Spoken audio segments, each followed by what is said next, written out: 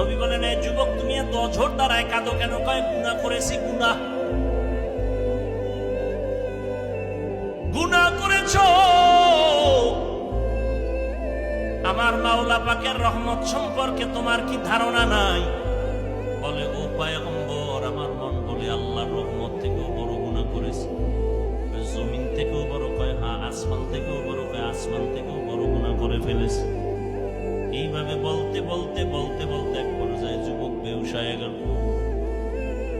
এবার নবী বলে, এত কইতেছো, গুনাহটা কি বল? আল্লাহর বান্দা যুবক কান্না করে বলে, পয়গম্বর, এত মারাত্মক অপরাধ আমি করেছি। মানুষ মরে যাওয়ার পর লাশগুলো যখন কবরের মধ্যে রাখিয়া সবাই চলে যায়, আমি একদিন পর যাইয়া ওই কবর খনন করিয়া লাশের কাফনটারে চুরি করে নিয়ে যাই। লাশের কাফন চুরি করে নিয়ে যাই।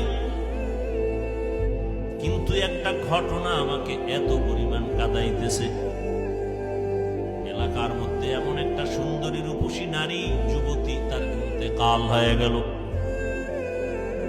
কবরের মধ্যে সবাই দাফন করলো। কাফন দাফন করে বিদায় হওয়ার পর আমি গিয়া যখন পরের দিন মাটি খনন করিয়া কবরের মধ্যে সুন্দরী রূপসী ওই কন্যা নারীটা কাফন নিয়ে আমি যখন টান দিয়ে চলে যাইতেছিলাম, পেছন দিক থেকে আওয়াজ।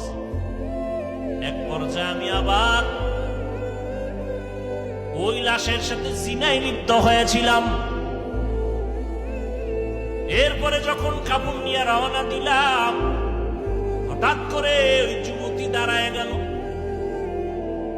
আওয়াজ দিয়ে বলে, রে বেঈমান, আমি একটা যুবতী নারী, কাফনটা সরাইয়া তুই এমন উলঙ্গ কেন করেছো? আমার ডানে বামে লাশের অভাব নাই, এমন অপরাধ কেন করলি? দ্বিতীয়ত, তুই আমার সতীত্বের উপর আক্রমণ কেন করলি মরা লাশের সাথে? ও নবী, আমি নিজেকে কন্ট্রোল করতে পারি না, বেহুশ হয়ে গেলাম। নবীজি বলেন, এই আল্লাহর দুশমন, তুমি আমার চোখের নজর থেকে দূরে সরে যাও। আমার আল্লাহ যদি তোমার ক্ষমার কোনো ঘোষণা দেয় তো আমি তোমাকে বলবো না, আমার কাছে কোনো ক্ষমার আওয়াজ নাই। আল্লাহর বান্দা যুবক চিৎকার মেরে জঙ্গলে চলে গেল। নির্জন একটা জায়গায় বসে কান্না বন্ধ নাই। কান্না করে, ও আসমানের মালিক,